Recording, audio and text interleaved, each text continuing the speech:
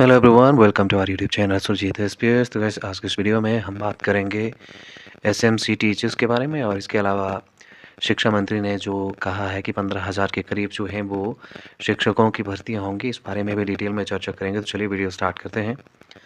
Video start करने से पहले यदि आप में से कोई हमारे यूट्यूब चैनल पर नया हो तो ज़रूर चैनल को सब्सक्राइब कर लीजिएगा, और साथ ही साथ बेल आइकन को भी हिट कर दीजिए, जिससे कि आने वाले वीडियोज़ के नोटिफिकेशंस आपको मिलते रहें। तो चलिए स्टार्ट करते हैं। यहाँ से देख पा रहे होंगे कि एसएमसी शिक्षकों की परखी जाएगी प्रतिभा, और प्रदेश भर में अगले वर्ष स्कूल शिक्षा बोर्ड लेगा सीमित सीधी भर्ती परीक्षा। ठीक है, तो एसएमसी वालों के लिए यहाँ से अब ये मान के चलिए कि अगले साल आपका जो है वो लिमिटेड डिपार्टमेंटल रिक्रूटमेंट के थ्रू आपका जो एग्ज़ाम होना है वो स्टार्ट हो जाएगा अगले साल से। अगले साल मार्च के बाद कभी भी एक्सपेक्टेड है कि एचपी बोर्ड जो है वो कभी भी जो रिक्रूटमेंट है, या सॉरी रिक्रूटमेंट तो खैर, लेकिन एग्ज़ाम जो है आपका वो यहाँ से कंडक्ट करवाया जा सकता है, क्योंकि रिक्रूटेड तो आप ऑलरेडी हैं। ये जो भर्ती है वो आपको जैसे ही आप इस भर्ती में जो एग्ज़ाम है उसको आप क्लियर करते हैं, तो आपको जो है वो कॉन्ट्रैक्ट में ले लिया जाएगा, और फिर 2 साल का कॉन्ट्रैक्ट है, और 2 साल के बाद आप जो हैं वो रेगुलर हो जाएंगे। क्योंकि हिमाचल प्रदेश हाई कोर्ट का भी एक तरह से गाइडलाइन है कि कोई भी बैकडोर एंट्री से जो भी एस्पिरेंट्स या जो भी कैंडिडेट्स आए हैं वो डायरेक्ट जो है वो रेगुलर नहीं हो सकते। इसीलिए सरकार ने जो है वो बीच का रास्ता आपके लिए निकाला है, और बीच का रास्ता यही है कि आपका जो है वो एग्ज़ाम होगा, एग्ज़ाम आपको पास करना है, और एग्ज़ाम पास करने के बाद आप जो है वो 2 साल का एक तरह से कॉन्ट्रैक्ट का जो पीरियड है उसको आप पूरा करें, उसके बाद आप रेगुलर हो जाएंगे। ठीक है, ये 5% के करीब जो है वो आपका यहाँ से एक तरह से कोटा ये रहने वाला है। ठीक है, अब ये 5% का जो कोटा है वो आपका यहाँ से बैच वाइज भर्ती के यहाँ से जो है वो एक तरह से काटा जाएगा, चाहे आप जेबीटी हो, सीएंडबी हो, या फिर पीजीटी हो। ठीक है, जो भी आपका जो है वो एक तरह से बैच वाइज में प्रोसीजर रहता है, उस हिसाब से आपको जो है वो यहाँ से अ, उस एलडीआर कोटे में ये 5% का आपके लिए रिजर्वेशन जो है वो रहेगा। ठीक है, तो ये बात इस तरह से आप ये जान लीजिए। दूसरा बड़ा प्रश्न ये है कि यदि जो इस एग्ज़ाम को पास नहीं कर पाता है, फिर वो उनके लिए क्या एक तरह से सॉल्यूशन है? उनको देखो, एग्ज़ाम तो पास करना ही पड़ेगा, और उसके बाद ही आप जो हैं वो रेगुलराइजेशन की तरफ जो हैं वो कदम बढ़ा सकते हैं। अगर आप नहीं इसको जो है वो पास कर पाते हैं, तो आपको और मौके जो हैं वो दिए जाएँगे, लेकिन आपको ये एक तरह से सुनिश्चित करना पड़ेगा कि आप जो हैं वो इस एग्ज़ाम को पास करें, और तभी जाके आप जो हैं वो रेगुलर हो सकते हैं। 2500 के करीब-करीब ये जो हैं वो एसएमसी के एक तरह से टीचर्स हैं, जो कि मेरे ख़्याल में जुट गए होंगे, क्योंकि मैंने पहले ही आपको इन्फॉर्मेशन जो था वो दे दिया था, बहुत पहले स्टार्टिंग में ही एलडीआर एग्ज़ाम के बारे में पूरी चीज़ें आपको बता दी थी। तो नेक्स्ट ईयर मार्च के बाद जो है वो कभी भी आपका जो है ये एग्ज़ाम हो सकता है।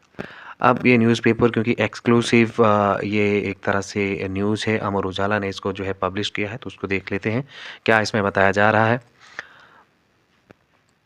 देखिए, इसमें कहा गया है कि हिमाचल प्रदेश स्कूल शिक्षा बोर्ड को जो है ये एग्ज़ाम कराने का ज़िम्मा जो है वो सौंपा गया है, और प्रदेश भर में 2400 के करीब एसएमसी जो शिक्षक हैं वो तैनात हैं, और एसएमसी शिक्षकों की भर्ती वर्ष 2012 में शुरू की गई थी, और इस दौरान स्कूलों में गठित एसएमसी कमेटी की अध्यक्षता में संबंधित स्कूलों में रखे जाने वाले शिक्षकों के साक्षात्कार या फिर आप बात करें अन्य प्रक्रिया को पूरा किया गया था। और हालांकि इस दौरान आरोप लगते रहे हैं कि एसएमसी शिक्षकों की जो भर्ती है उसमें एक तरह से नेपोटिज्म या फिर भाई भतीजावाद को जो है बढ़ावा दिया गया है। लेकिन अब प्रदेश भर में जो एसएमसी के तहत तैनात शिक्षकों की जो कि तकरीबन 2400 के करीब इनकी संख्या है, उनको सीधी भर्ती के थ्रू यानी कि एलडीआर टेस्ट का आयोजन किया जा रहा है, और ये परीक्षा जो है वो हिमाचल प्रदेश स्कूल शिक्षा जो बोर्ड है वो यहाँ पे इसको कंडक्ट कराएगा। अब यहाँ पे डॉक्टर मेजर विशाल शर्मा, सचिव स्कूल शिक्षा बोर्ड धर्मशाला ने ये इस चीज़ का जो है वो एक तरह से इन्फॉर्म किया है कि जो प्रदेश की जो सरकार है वो चाहती है कि एसएमसी शिक्षकों की जो भर्ती है, ठीक है, सीधी भर्ती जो होने जा रही है वो हिमाचल प्रदेश स्कूल शिक्षा बोर्ड इस एग्ज़ाम को करवाए।